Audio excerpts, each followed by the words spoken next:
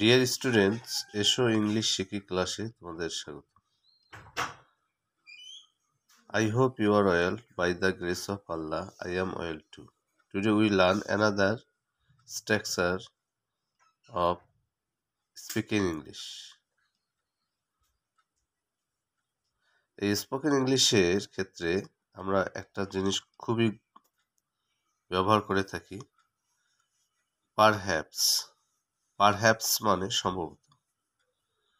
সম্ভবত মানে ধারণা করা হয়, সেটা হতে পারে আবার নাও হতে পারে। এই পারহ্যাপস দিয়ে আজকে আমরা কয়েকটি বাক্য বলা শিখব, যাতে আমরা পরবর্তী এইটা অনুসরণ করে বিভিন্ন ক্ষেত্রে এই পারহ্যাপসের বাক্যগুলো ব্যবহার করতে পারি। তাহলে চলো আমরা এক্সাম্পলে যাই। দেখো এখানে দেখো, প্রথম বাক্যটাতে আমি দিছি perhaps they are not interested. Perhaps they are not interested, সম্ভবত তারা আগ্রহী নয় বা আগ্রহী না। সম্ভবত তারা কোনো একটা কাজ করা হয়েছে, তারা সম্ভবত সায় দিচ্ছে না, সেজন্য ধারণা করা হলো যে তারা সম্ভবত আগ্রহী নয়।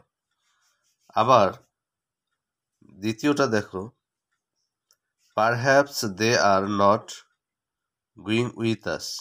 I repeat this, perhaps they are not going with আস।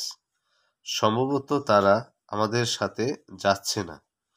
এটা ধারণা করা হচ্ছে কোনো একটা জায়গায় আমরা যাব সবাই মিলি, কয়েকজন আসছি, আরো কয়েকজন আসার কথা, কিন্তু তারা আসতে চাচ্ছে না বা সায় দিচ্ছে না।